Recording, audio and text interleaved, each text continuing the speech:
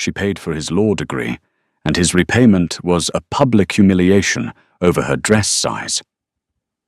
Chad left Penelope weeping in a 5-star restaurant, claiming he needed a woman who fit his new corporate image. He didn't know the city's oldest, most lethal predator was watching them both. The chandeliers at Le Bernardin cast a cold, diamond-hard light over the dining room. Penelope Rousseau sat frozen, her trembling fingers hovering over the untouched seared scallops. Across the table, Chad Montgomery adjusted his silk tie, a tie Penelope had bought him for his first mock trial. "I'm just trying to be realistic." "Penny," Chad said, his voice carrying that measured, patronizing tone he usually reserved for cross-examinations. He didn't even have the decency to lower his voice. The couple at the next table briefly glanced over before aggressively returning to their wine. "I'm on the fast track to partner at the firm. The partners host galas, retreats, charity balls. The wives there, they have a certain look, a certain discipline." Penelope felt the blood drain from her face. "Discipline," she whispered. "Look at yourself." Chad sighed, leaning back and gesturing vaguely at her body. "You've let yourself go. You're what, a size 14 now. It's not healthy, and frankly, it doesn't align with the brand I need to project. I need someone who looks good in a size 4. Someone who actually cares about their appearance." The sheer cruelty of his words hit her like a physical blow. For 3 years, Penelope had worked double shifts bartending until 2 a.m. and freelancing as a graphic designer by day to pay Chad's tuition at Columbia Law. She had cooked his meals, formatted his briefs, and survived on cheap takeout while she bought him tailored suits. The weight she had gained was a direct result of the chronic stress and sleep deprivation she endured to build his future. "You're breaking up with me," she choked out, her vision blurring with hot, stinging tears. "Tonight, our anniversary," Chad signaled the waiter for the check. "I'm sorry, Penelope. I've actually been seeing someone from the firm. Jessica. She's a junior associate. We just fit better. I'll reimburse you for the rent this month." He stood up, dropped a $100 bill on the pristine white tablecloth, and walked out. He didn't look back. Penelope sat in stunned silence for a full minute before the humiliation fully set in.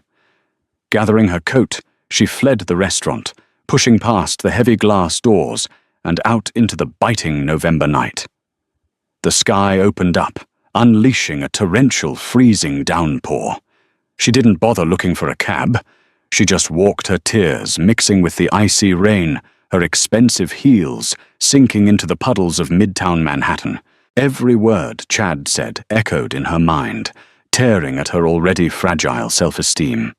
She wrapped her coat tighter around her curvy frame, feeling utterly monstrous, completely unlovable. She walked for miles, losing track of time and direction, her numb feet carrying her away from the crowded avenues and into the quiet, hyper-exclusive enclaves of the Upper East Side. The streets here were lined with historic townhouses, shrouded in shadow, and ivy completely devoid of foot traffic. She finally collapsed onto a wrought-iron bench beneath a flickering street lamp, burying her face in her hands, her sobs racking her shivering body. "A woman as breathtaking as you shouldn't be weeping in the rain." The voice was deep, resonant, and smoothed with an unidentifiable ancient accent. Penelope gasped and looked up. A sleek, midnight black Maybach had pulled up silently to the curb. Standing before her, holding a massive silver-handled umbrella, was a man who looked like he had stepped out of a dark, romantic era. He was toweringly tall, dressed in an immaculate, charcoal bespoke suit. His raven hair was swept back, framing a face of aristocratic, terrifying perfection. But it was his eyes that locked her in place. They were a piercing, luminescent shade of amber, glowing faintly in the gloom. I'm fine," Penelope stammered, instinctively crossing her arms over her stomach to hide her body, Chad's venomous words still fresh in her mind. The man tilted the umbrella, shielding her from the rain. He didn't look at her with pity, Nor did he look at her with the dismissive judgment she was so used to. He looked at her with pure, unadulterated hunger. "You are freezing, Penelope," he said softly. Her breath hitched. "How do you know my name?" "I know many things," he replied, extending a pale, flawlessly manicured hand toward her. "My name is Dominic Croft, and I have been waiting a very long time for the parasite you call a boyfriend to finally step aside. Come with me. Let me treat you the way a goddess deserves to be treated." Penelope knew she should run. Everything about him screamed danger. But the warmth radiating from him, the absolute reverence in his amber eyes drew her in. Trembling, she placed her hand in his. His skin was freezing cold, yet an electric jolt shot up her arm at the contact. Dominic effortlessly pulled her to her feet and guided her into the opulent, leather-scented warmth of his car. The drive north was a blur of rain-slicked highways and silent luxury. Dominic offered her a plush cashmere blanket, which she wrapped tightly around her shivering frame. He didn't press her for conversation. He simply poured her a glass of impossibly rich, dark red wine from the car's compartment. The drink instantly warmed her blood, settling her frayed nerves. An hour later, the Maybach passed through a set of towering wrought-iron gates, adorned with wolf crests deep in the secluded woods of the Hudson Valley. They drove up a winding, tree-lined driveway until an awe-inspiring Gothic Revival mansion loomed into view. It was a fortress of dark stone ivy and glowing stained-glass windows standing defiant against the storm. Dominic escorted her inside. The foyer was a masterpiece of old-world wealth, soaring vaulted ceilings, mahogany paneling, and a roaring fire in a massive stone hearth. Yet it was completely silent. There were no maids, no butlers. "My staff retired for the evening," Dominic murmured, noting her confusion. He led her to a luxurious guest suite. "There are dry clothes in the armoire. Draw a bath. Warm yourself. I will have dinner prepared for you." When Penelope emerged 30 minutes later, wearing a sweeping emerald green silk robe she had found in the closet, she felt like a different person.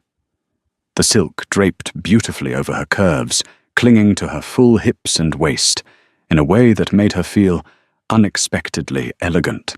She followed the scent of roasted meat and spices down the grand staircase into the dining hall. A long oak table was set for two illuminated purely by candlelight. Before her was a feast perfectly cooked beef, Wellington roasted root vegetables, fresh artisanal bread, and more of that rich, intoxicating wine. Dominic stood by the fireplace watching her enter. His amber eyes dilated, tracking her every movement. "Emerald suits you," he breathed, stepping forward to pull out her chair. "You look like royalty." Penelope sat, her cheeks flushing. "Mr. Croft." "Dominic, please." "Dominic," she corrected. "I don't understand any of this. Why are you doing this for a complete stranger? And you knew my name. You knew about Chad." Dominic took the seat opposite her. He didn't have a plate. He just rested his chin on his steepled fingers, watching her with that intense, predatory focus. "Eat first, Penelope. You must be famished." Despite her anxiety, the food smelled too good to resist. She took a bite, and it was heavenly. She ate self-consciously at first, remembering Chad's disgust at her appetite. But when she glanced up, Dominic wasn't looking at her with disgust. He was watching her eat with deep, genuine satisfaction, almost as if her pleasure was feeding him. "Chad Montgomery is a fool," Dominic said suddenly, his voice dropping to a dangerous baritone. "A weak, pathetic boy who fears real womanhood. He preferred the sharp, hollow angles of his new colleague because he lacks the strength to handle a woman of substance. You are lush, Penelope. You are a Renaissance painting brought to life. Soft, vibrant, and utterly captivating." Tears pricked Penelope's eyes again, but this time they weren't from sorrow. No man had ever spoken to her like this. No man had ever looked at her curves and called her a masterpiece. "Who are you?" she whispered. Dominic stood up slowly. He walked over to a heavy velvet drape covering a massive frame on the wall and pulled it back. Penelope gasped. It was an oil painting dated 1892. The woman in the painting wore a Victorian gown of emerald green. She had Penelope's dark hair, Penelope's full figure, and Penelope's exact, bewildered expression.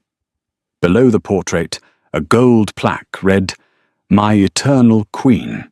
I am a man who lost his heart over a century ago," Dominic said softly, stepping up behind her chair. Penelope could feel the unnatural chill radiating from his body. "When you died of a fever in Paris, I tore the city apart. I have waited lifetimes for your soul to return to a body I could claim. And when I finally found you, you were shackled to a parasite who made you hate the very vessel I worship." Penelope's heart hammered against her ribs. She looked from the painting to Dominic. She noticed it then, the way the candlelight didn't seem to reflect in his eyes, the way he hadn't taken a single breath since she sat down. As he smiled down at her, his lips parted, just enough to reveal the sharp, lethal points of elongated fangs. Panic should have seized her, but it didn't.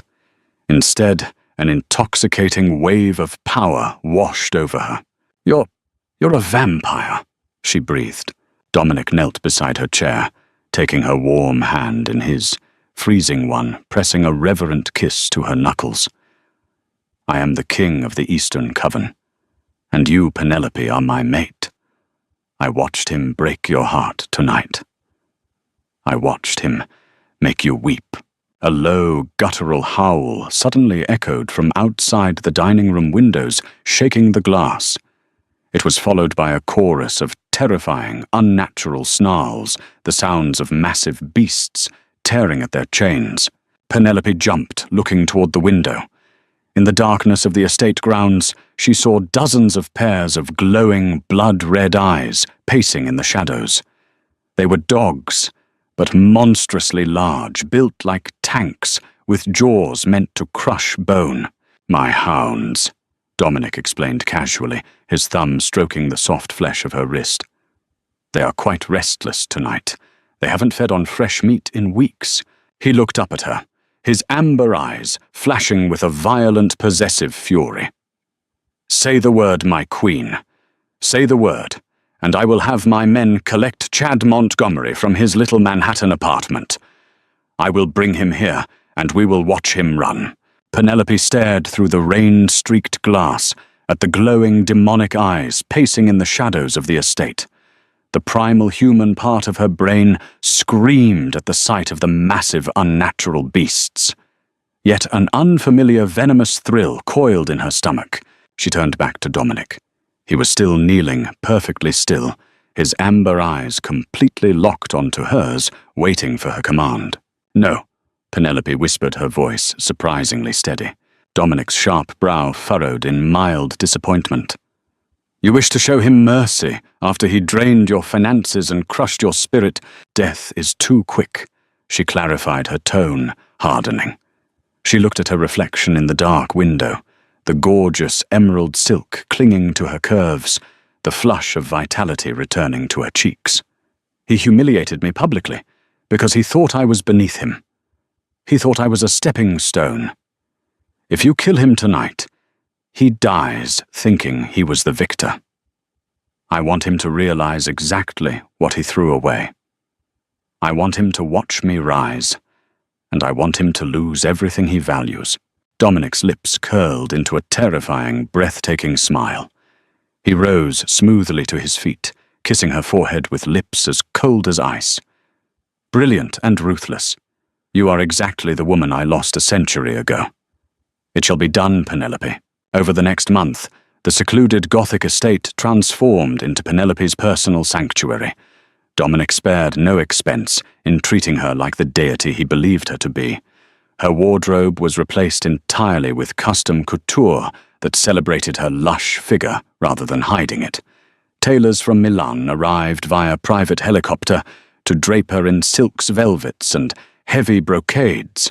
She dined on decadent feasts, drank wine older than the nation itself, and spent her evenings reading in the sprawling firelit library, while Dominic watched her with unwavering, intoxicating adoration. Their bond deepened in the shadows of the mansion. Dominic introduced her to the true nature of his world. He didn't turn her, not yet, but he shared his blood with her. Just a few drops mixed into her evening wine. The effects were instantaneous. Her senses sharpened, her skin practically glowed with ethereal radiance, and the lingering fatigue of her past life vanished entirely. She was evolving into something untouchable. Meanwhile, 50 miles south in Manhattan, Chad Montgomery's meticulously curated life was violently unraveling. It started with a routine audit at his prestigious law firm, Caldwell and Finch. Harrison Caldwell, the ruthless managing partner, called Chad into his glass-walled office on a rainy Tuesday morning. "Montgomery, sit down," Harrison ordered, tossing a thick financial dossier onto his desk. "We have a severe problem." Chad's arrogant smirk faltered as he looked at the files. "Sir, is this about the Peterson merger?" "This is about the $300,000 missing from the Peterson escrow account," Harrison barked. "Money that was inexplicably routed through a shell corporation before landing directly in your private offshore account." Chad's blood ran cold. He had indeed skimmed the money. Keeping up with Jessica, a woman born into generational wealth, was impossible on a junior associate's salary. He had bought her a Cartier watch, funded weekend trips to St. Bart's, and leased a penthouse he couldn't afford. But he had covered his tracks perfectly. There was no way Harrison could have found it. "That's a mistake, Harrison," Chad stammered, sweating through his custom shirt. "I was framed. Let me look at the routing numbers." "Save it for the federal prosecutors, Chad. You're fired. Security is waiting outside to escort you from the building." By noon, Chad was standing on the sidewalk with a cardboard box, his career obliterated. When he called Jessica for comfort, her response was ice cold. "You're broke under federal investigation, and frankly, Chad, you're bad for my brand. Lose my number." Desperate facing prison time and entirely out of funds, Chad realized he had only one lifeline left, Penelope. He still had the login credentials to their old joint checking account. If he could just borrow a few thousand, he could hire a defense attorney. When he logged into the banking app from a cheap diner, he nearly dropped his phone. The account balance, which usually hovered around a meager $400, now read $15 million. Chad blinked. He refreshed the app. The number remained. A massive wire transfer had cleared weeks ago from a holding company called Croft Enterprises. Greed instantly overshadowed his panic. Penelope was rich, unfathomably rich, and since her name was on the account, he convinced himself he was entitled to a cut for putting up with her. For 3 years. He used his remaining cash to hire a private investigator to track down where the wire came from. The trail led Chad to the social event of the decade, the Winter Solstice Gala, hosted by the elusive billionaire philanthropist Dominic Croft, held at the Pierre Hotel. Chad snuck into the gala through the service elevators, wearing his only remaining clean tuxedo. The ballroom was a sea of glittering diamonds and old money. But the moment he stepped onto the floor, the entire room seemed to fade away as he caught sight of the woman standing at the top of the grand staircase. It was Penelope. She was unrecognizable, yet undeniably her. She wore a breathtaking blood-red velvet gown that hugged every curve, the bodice dripping in actual rubies. Her dark hair cascaded over her bare shoulders in loose romantic waves. She radiated raw, intimidating power. She wasn't just beautiful. She was a goddess, holding court. Standing beside her, his hand possessively resting on the small of her back, was the most intimidatingly handsome man Chad had ever seen. Chad felt a sickening wave of jealousy and entitlement. Pushing past a group of startled socialites, he marched toward the staircase. "Penny, Chad," shouted his voice, cracking the elegant ambiance of the room. "Penelope." Penelope turned slowly. When she saw Chad dishevelled, desperate and pathetic, a slow, wicked smile spread across her ruby-painted lips. She didn't shrink back. She didn't cross her arms to hide her stomach. She stood tall a queen, looking down at a peasant. "Chad, whore," she said, her voice echoing perfectly in the sudden hush of the ballroom. "How remarkably bold of you to crash an invite-only event. Did Caldwell and Finch teach you that before they fired you for embezzlement?" Whispers erupted across the ballroom. Chad turned bright red. "I need to talk to you," Chad demanded, trying to march up the stairs. But two massive security guards men with pale skin and eerily glowing eyes stepped in his path, crossing their arms. "You owe me Penelope. That 15 million in the account, half of that is mine. I supported you. I loved you." Dominic chuckled. The sound was low, dark, and sent a shiver down the spine of every human in the room. He stepped forward, looking down at Chad like one looks at a cockroach. "You supported her?" Dominic purred, his ancient accent dripping with aristocratic disdain. "You drained her dry. You insulted her vessel. You threw her into the freezing rain because she didn't fit into the pathetic microscopic box of your own insecurities." "Who the hell are you?" Chad spat, stepping back as Dominic's imposing shadow fell over him. "I am the man who gave her the world," Dominic replied softly.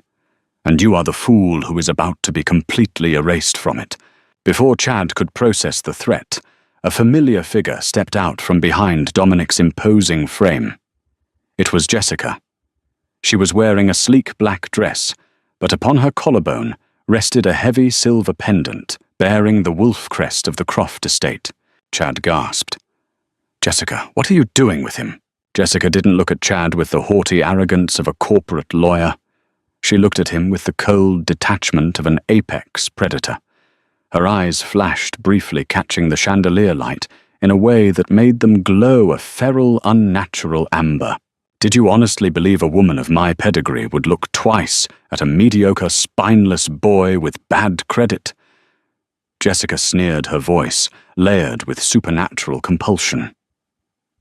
"My king commanded me to sever your ties to our queen. You were a test, Chad. A test to see if you were worthy of Penelope's devotion. You failed spectacularly. Skimming the escrow account, sir. That was just my suggestion. You were the one foolish enough to actually steal the money." Chad's mind short-circuited. He had been played. From the very beginning, his new relationship, his financial ruin, his public disgrace, it had all been orchestrated by the towering nightmare standing on the stairs. Panic overtook reason. In a blind fit of enraged desperation, Chad lunged forward, slipping past the guards, and grabbed Penelope's wrist, yanking her hard. "You set me up! You fat, vindictive—" Crack. The sound of shattering bone echoed like a gunshot. Chad screamed, dropping to his knees. Dominic hadn't just intercepted him. He had materialized between them with impossible blinding speed, crushing Chad's wrist in his pale hand. Dominic didn't yell. He didn't lose his temper. He leaned down his face, inches from Chad's sweating, agonized face, and let his fangs drop. "You touched my queen." Dominic whispered, his voice vibrating with demonic fury. A fatal error. The ballroom erupted into chaos, but Penelope didn't flinch. She watched with cold satisfaction as Dominic's guards dragged the weeping, broken man out of the hotel. Dominic turned to her, smoothing a stray lock of hair behind her ear, his touch instantly becoming gentle. "Are you ready to go home, my love?" he asked. Penelope nodded, a dark fire dancing in her eyes. "Yes. It's time for the hunt." The rain was falling in sheets over the Hudson Valley when Chad regained consciousness. He was lying face down in thick, freezing mud. He gasped, spitting dirt from his mouth and clutching his shattered wrist. He scrambled to his feet, disoriented. He was surrounded by dense, ancient woods. The only source of light was the towering Gothic mansion, looming a few hundred yards away on a hill. On the master balcony, under the shelter of a stone gargoyle, stood Penelope and Dominic. Penelope was holding a crystal goblet of dark, rich wine. She looked down at him, an untouchable deity dispensing judgment. "Penelope." Chad shrieked the rain, plastering his hair to his face. "Please, I'm sorry, I'll do anything. Please don't do this." Penelope took a slow sip of her wine. She remembered the 3 years of starvation diets he forced on her. She remembered the gaslighting, the sneers the night he left her weeping at Le Bernardin. She felt no pity, only a profound, cleansing sense of closure. She turned to Dominic, her dark eyes locking with his amber ones. "Release them," she commanded. Dominic raised a hand and snapped his fingers. From the shadows of the estate's iron gates, the iron chains fell with a heavy metallic clatter. The night air was instantly shattered by a cacophony of guttural snarls and the thunderous pounding of massive paws hitting the wet earth. Chad froze, his eyes widening in absolute terror. Emerging from the tree line were a dozen monstrous hounds. They were the size of lions, their coats pitch black and matted with rain, their jaws dripping with anticipation. Their eyes glowed like burning coals in the darkness. "Run, Chad!" Dominic's voice boomed, projecting across the grounds with supernatural force. "It makes the meat taste better." Chad screamed and bolted into the woods. He ran blindly, tearing his expensive trousers on thorny brambles, his chest heaving as he gasped for air. He could hear them behind him, the snapping of branches, the heavy, wet breathing, the horrifyingly coordinated flanking maneuvers of apex predators, hunting a remarkably weak prey. He didn't make it 100 yards. Penelope didn't look away when the first hound lunged from the darkness, tackling Chad to the ground. She didn't flinch when his screams were abruptly cut short by the wet, sickening sound of tearing flesh and snapping bone. She watched until the forest grew silent again, save for the rain and the sounds of a feast. Dominic wrapped his arms around her from behind, pulling her lush body against his cold, hard chest. He buried his face in her neck, inhaling her intoxicating scent. "He is gone," Dominic murmured against her skin. "And you are free." Penelope leaned back into his embrace, feeling the first sharp prick of his fangs against her pulse point. She didn't pull away. She welcomed the bite, welcoming the eternal darkness, power, and devotion that came with it. Chad had dumped a chubby, insecure girl in a restaurant, but he had died feeding the hounds of a vampire queen. If you loved Penelope's savage revenge and her dark, steamy romance with the vampire king, smash that like button. Would you have shown Chad mercy, or did he get exactly what he deserved for body-shaming his loyal girlfriend? Let us know your thoughts in the comments below. Don't forget to share this story with your friends and subscribe to our channel for more thrilling, dramatic romance stories every single week. See you next time.